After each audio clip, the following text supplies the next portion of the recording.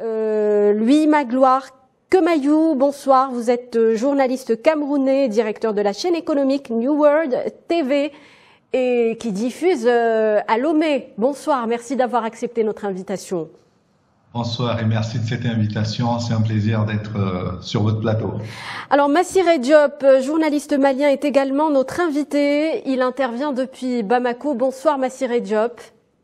Bonsoir et merci de l'invitation. Et nous aurons dans un tout petit instant Monsieur Serge Nicolanzi, chercheur en communication et directeur du Centre d'études africaines à Lugano ensuite. Bonsoir Monsieur Nicolanzi, je ne sais pas s'il est avec nous. Très bien, on va l'avoir dans un tout petit instant. Alors on va parler de cette nouvelle stratégie de la France. Je commencerai d'ailleurs avec vous, Louis Magloire Kemayou. Que vaut les propositions faites hier par le président français Emmanuel Macron? Qu'est-ce que vous en retenez? Ce que je retiens, c'est qu'il y a un début de prise de conscience qu'il y a un mal profond qui mine aujourd'hui les relations entre la France et ce qu'elle considérait comme son précaré sur le continent africain, c'est-à-dire les anciennes colonies françaises. Ça fait plus de 60 ans que ces pays sont indépendants, mais je crois que dans l'esprit de la plupart des dirigeants français, les pays africains étaient presque restés dans cette position du pays aligné sur les positions de la France, aussi bien sur le plan diplomatique que sur le plan militaire et économique. Et le fait qu'on ait, par exemple, ces bases militaires françaises qui vont subsister, même si les effectifs militaires sont réduits, que l'on ait encore dans certains pays une monnaie qui s'appelle le franc CFA, c'est-à-dire originellement le franc des colonies françaises d'Afrique, et qu'en plus de ça, on soit également dans un rapport où c'est la France qui veut déterminer quels sont les partenaires qui sont bons pour les Africains et ceux qui ne le sont pas. Tout cela mis ensemble donne une impression que la France voudrait encore jouer un rôle paternaliste, voire néocolonialiste sur le continent africain. Et je suis content qu'il ait pris conscience qu'il y a un problème, qu'il faut s'y pencher sans arrogance, sans manque d'humilité. Et c'est un bon départ. Cependant, ce ne sont que des paroles de politiciens. Nous attendons les actes concrets pour être convaincus qu'on est passé. Justement, vous parlez d'une prise de conscience, mais ne pensez-vous pas qu'on se retrouve dans un scénario où c'est la France qui dicte la feuille de route à suivre à l'Afrique, à ses partenaires africains? Oui, c'est pour ça que je disais que nous sommes dans un acte politique où l'homme politique a livré sa pensée.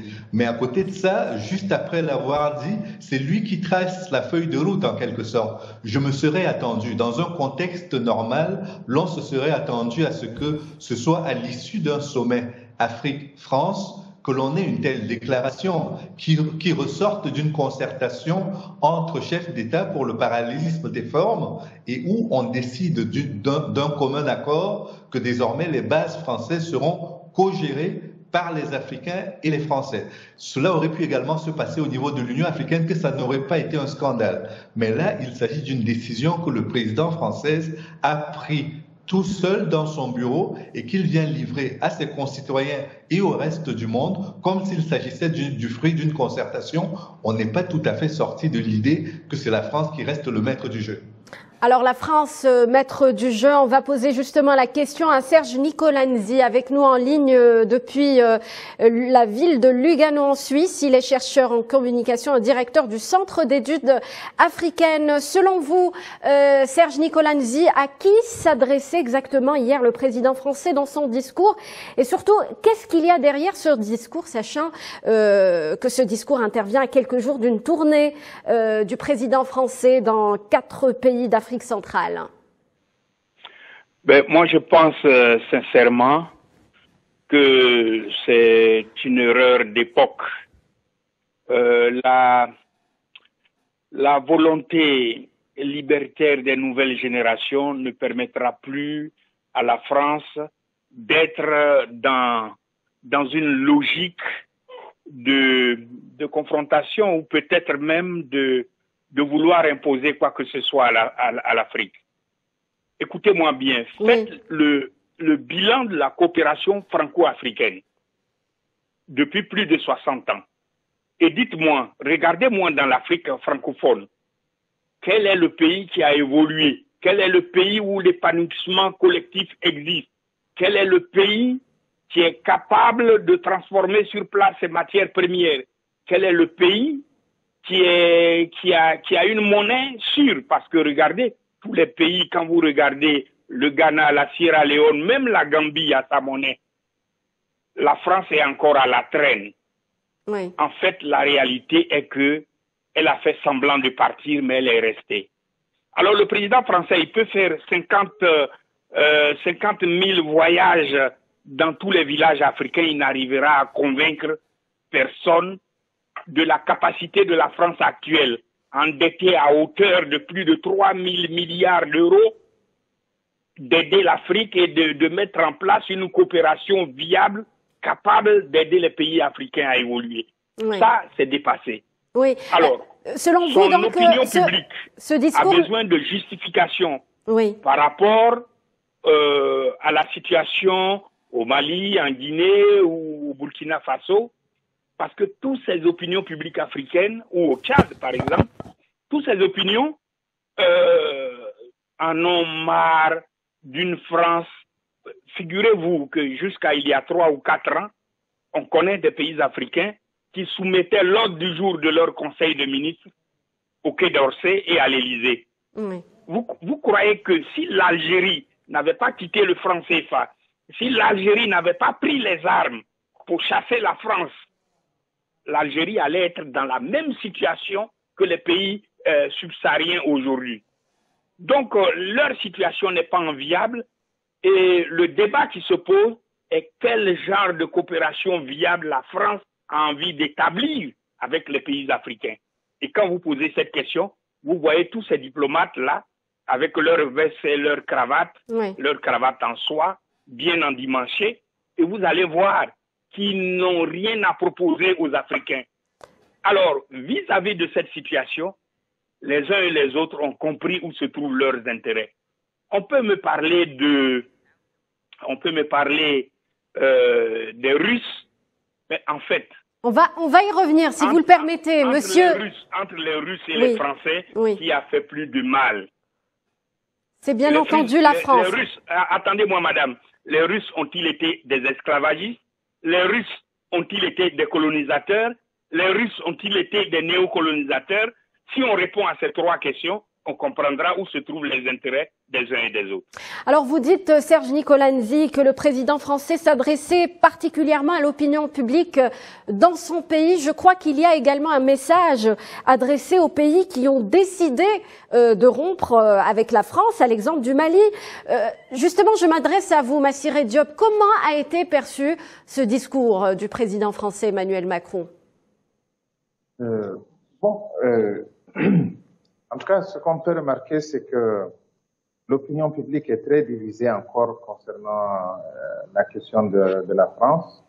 Vous l'avez tantôt mentionné, il y a eu cette rupture qui a été occasionnée du fait du retrait des militaires français du Mali et d'autres événements qui se sont produits, tels que l'expulsion de l'ambassadeur français, et d'autres événements, la rupture de l'aide au développement, ainsi que le renvoi des ONG et des fondations, tout ça bénéficiant d'un appui financier de la France. Donc les relations sont très exécrables entre le Mali et la France en ce moment. Et ce discours, en réalité, n'a pas apporté quelque chose de nouveau. Parce que ce n'est pas demain la veille que ces relations pourront retrouver encore leur dynamique normale, parce que jusqu'à présent, des Maliens estiment que la France a fait trop de mal en 10 ans de présence militaire, de terrorisme qui se concentrait ou bien qui était confiné sur une seule partie du territoire, c'est aujourd'hui généralisé. Tout cela mis ensemble. Et aussi dans son discours, le président Macron a clairement dit que en fait il a attribué une partie de cet échec à la classe politique malienne, ce qui a encore renforcé certains dans leurs convictions pour dire que c'est la France qui soutenait ces politiciens, d'où l'échec dont le président Macron parlait tantôt dans son discours d'hier. Donc on a cité le cas du Mali. J'aimerais vous poser cette question, messieurs. Que pensez-vous de la situation actuelle? Est-ce que les liens sont définitivement rompus? Que deviendront justement les relations entre l'Afrique et la France désormais? Je vais m'adresser à monsieur Magloire Kemayou. Non, je pense qu'il ne faut pas tirer de conclusions hâtives. La vie des peuples, les relations entre les peuples sont un peu comme les relations de couple également. Je pense qu'en ramenant les choses à cette échelle-là, on peut comprendre que par moment, il peut y avoir des périodes de creuses et par moment des périodes où ça se passe beaucoup mieux. Nous sommes là dans un moment où ça se passe plutôt très mal et j'ai confiance dans le fait que à l'avenir, étant donné qu'il y a une prise de conscience. C'est quand il y a du déni que l'on peut s'inquiéter, mais s'il y a une prise de conscience du mal qui ronge les relations entre les pays africains et la France et que l'on travaille sincèrement des deux côtés pour recoller les morceaux, je suis convaincu que ça ira mieux. D'ailleurs, l'illustration de cela, c'est que entre la France et l'Angleterre, il y a eu la guerre de 100 ans, entre la France et l'Allemagne, il y a eu 2 guerres. Les pays s'entendent aujourd'hui plutôt bien et donc je pense que c'est pas avec l'Afrique où il y a eu un rapport de domination plus qu'autre chose que ça va se passer pire que ce qu'il y a eu entre les Européens qui pendant 100 ans se sont combattus. Donc je pense que avec le temps, si chacun y met un peu de bonne volonté et de bonne foi, les relations qui sont aujourd'hui distendues pourront être réparés et cela sera fait dans l'intérêt des peuples. Mais si on reste dans un rapport où c'est la France qui domine et dicte son agenda, il y a de fortes chances que la blessure reste très vive pendant de nombreuses années encore. En tout cas, Macron dit qu'il n'a aucune nostalgie pour la France-Afrique. Cela ne l'empêche pas de préciser qu'il n'est pas dans une logique de rupture dans la politique africaine de la France. Il assume même une défense des intérêts de la France. Qu'en pensez-vous, Serge Nicolanzi? Est-ce que ce qu'on vit actuellement est le prélude d'une nouvelle ère dans les relations Afrique-France? Écoutez, moi, j'ai encore dans ma mémoire ineffaçable des gestes indignes de la France qu'il sera impossible de pardonner et d'effacer. Regardez l'opération turquoise au Rwanda et regardez la partition du Rwanda avec les génocidaires que la France a protégés. Regardez aussi la partition du Mali avec les djihadistes qui ont été protégés. Regardez aussi en Côte d'Ivoire où la rébellion a été protégée, le pays était coupé en deux avec la protection de la France pour les rebelles.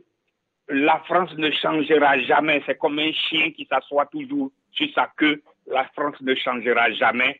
L'idée d'une domination, parce que c'est ce que vous avez oublié, oui. Beaucoup de gens oublient, la souveraineté des peuples n'a d'égal et n'est valable qu'entre les pays occidentaux et entre eux.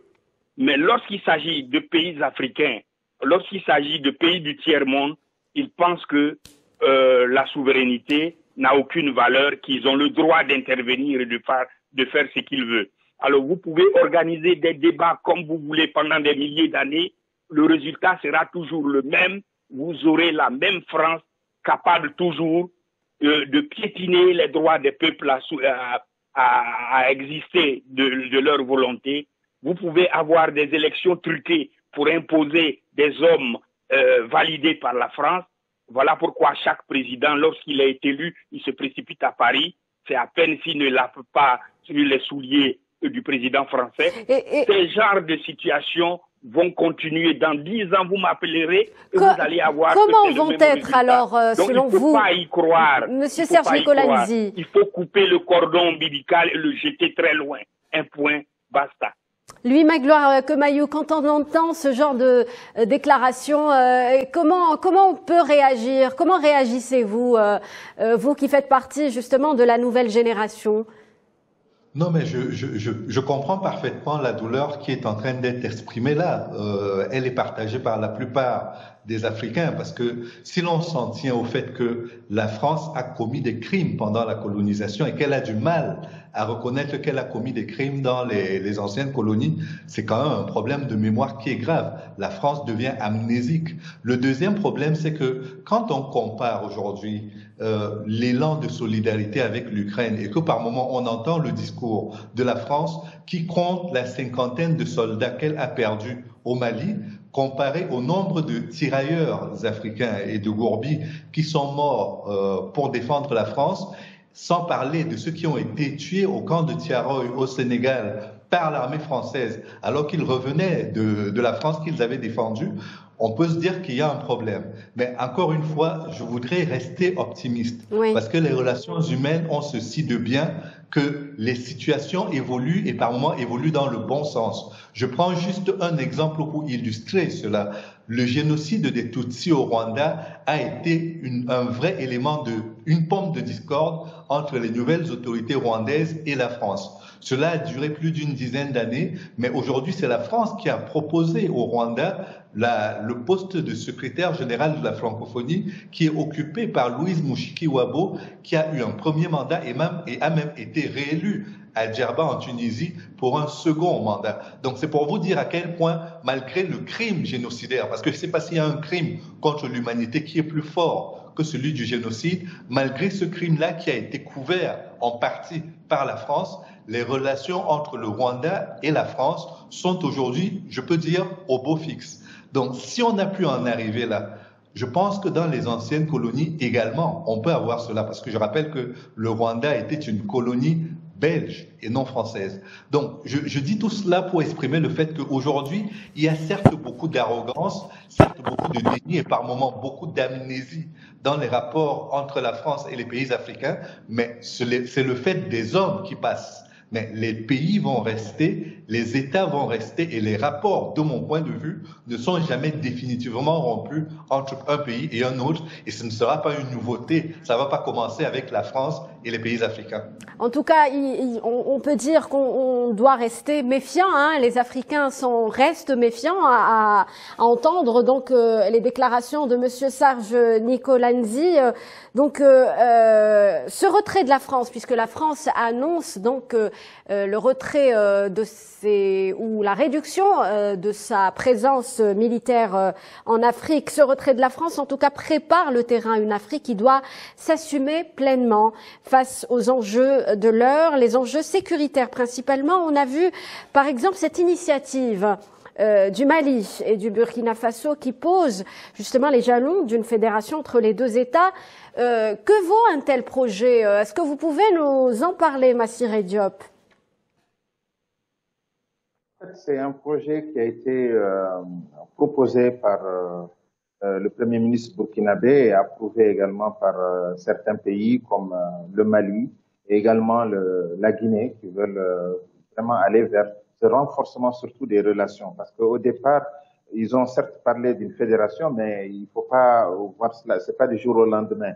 En tout cas, il y a une volonté aujourd'hui de renforcer les relations parce que face aux défis de l'heure aujourd'hui, il est compréhensible que sans une unité d'action, sans une synergie entre les pays qui sont concernés par cette situation, on n'arrivera pas à venir à bout de ce mal. Donc, ils ont compris cette situation. Et aujourd'hui, les bases, en tout cas, les jalons ont été déjà jetés. Et moi, je pense que l'initiative va se poursuivre, mais va s'étendre au-delà même de ces gouvernements de transition, parce que pour l'instant, c'est surtout cela. Et ensuite, l'autre aspect, c'est que les relations avec la France, moi, je ne pense pas personnellement que elles seront définitivement rompues. Ce sont des scènes de ménage. Il y a eu des crimes assez graves qui ont été commis, mais parfois aussi, il faut reconnaître que nos États également ont besoin un peu de changer la façon de travailler avec leurs partenaires. Il faut que désormais nos États prennent conscience que c'est à eux de définir également la façon dont il faut travailler avec les partenaires. C'est pas le partenaire qui va venir avec ses moyens et tout et dicter sa conduite et dire là où vraiment il faut que nos États mettent les pieds et là où il ne faut pas se tromper, et là où il ne faut pas le faire. Entre les États, il y a toujours eu ce genre de malentendus. Je ne reviendrai pas sur les propos de mon confrère du Cameroun. Et entre les États, il y a toujours eu ce malentendu. Mais quand on définit les règles du jeu et quand on estime qu'il y a des intérêts qui sont convergents, il n'y a pas de raison qu'il y ait des ruptures. C'est vrai qu'entre le Mali et la France actuellement, il y a des problèmes assez graves, mais on n'est pas allé à une rupture totale. Oui. La preuve, c'est que l'ambassade de France est toujours ouverte à Bamako. C'est vrai qu'il n'y a plus d'ambassadeur, mais il y a le chargé d'affaires qui joue un peu cette mission. Donc les relations ne sont pas totalement rompues. Oui. Et moi, je pense que lorsque la France reviendra à de meilleurs sentiments et dire vraiment parce qu'il ne faut rien proposer de l'Élysée et venir pour dire aux Africains, voilà comment il faut regarder. C'est-à-dire une façon d'infantiliser les Africains. Je pense qu'il faut que ça cesse. Aujourd'hui, on se souvient que avant Macron, c'était Sarkozy qui l'avait dit, la rupture de la France-Afrique. Et aujourd'hui, Macron également, qui est bizarrement qui est né après ces années, après ces colonisations, lui aussi, il a une façon de faire plutôt qui se rapproche de cette France-Afrique-là que nous voulons. Continue sur la même, et continue sur la même lancée. Donc aujourd'hui, il faudrait que ça change. Et pour que ça change, il faut que les gens s'asseyent autour d'une même table pour discuter point par point. C'est-à-dire que chaque État doit revoir sa façon de travailler et aussi doit revoir sa façon de collaborer.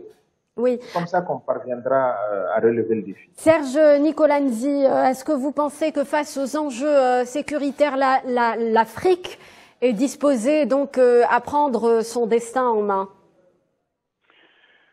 Mais le destin en main est possible dans une nouvelle coopération, dans la diversification avec des nouveaux partenaires, parce que le partenaire français, selon moi, n'apportera rien de nouveau. Figurez-vous que 10 ans d'opération Barkhane n'ont pas pu apporter de solution. 10 ans d'opération, comme on appelle en Côte d'Ivoire, on a appelé ça l'opération Licorne a abouti à une guerre sanglante avec plus de 3000 morts. Et au Rwanda, l'opération turquoise a abouti à presque 1 million de morts de Tutsis. Alors, écoutez-moi, est-ce que nous allons continuer, parce que demain, ce sera le tour de quel pays qui va être attaqué par une rébellion financée et armée par des protagonistes extérieurs en vue de prendre le pouvoir pour mettre en place. Regardez, les images sont là, je ne suis pas en train de rêver. Laurent Gbagbo fut capturé, amené à La Haye. J'ai vu des journalistes et des hommes politiques français faire des pirouettes en l'air. Et puis, pendant 10 ans, on a fait un procès qui a duré des années et on n'a pas trouvé un seul début de preuve. Et Ouattara, amené presque dans les chars de l'armée française, a été installé au pouvoir. Sarkozy est allé à Abidjan, fait des grands discours, et il a dit après, nous avons enlevé Gbagbo. Alors, lorsque on a vécu tout ça, pour conclure, a vécu tout ça et qu'on vient nous dire que cette France-là, cette même France, va nous apporter de l'aide, va transformer des bases militaires en académie, mais qui nous dit que ces bases militaires ne vont pas devenir demain des instruments. Si vous le permettez, on arrive pratiquement à la fin de l'émission. Sur des pays africains fragiles. Serge Nicolanzi, je donne donc le dernier mot à Louis Magloire Kemayou pour conclure cette nouvelle stratégie face aux enjeux sécuritaires. L'Afrique doit donc diversifier la coopération pour pouvoir y parvenir en 10 secondes. Je crois que l'Afrique doit certes diversifier ses partenariats, mais elle doit davantage coopérer avec elle-même, parce que l'Afrique est aujourd'hui le seul continent dans lequel les relations entre États est le plus faible. On est à moins de 13%, alors que partout ailleurs, la moyenne est au-dessus de 60%. Donc je crois que l'Afrique doit d'abord coopérer avec elle-même, et si éventuellement elle trouve des partenaires plus intéressants à l'extérieur, pourquoi pas, mais ça doit être un plus, ça ne doit pas être l'élément le plus important dans Merci, on arrive...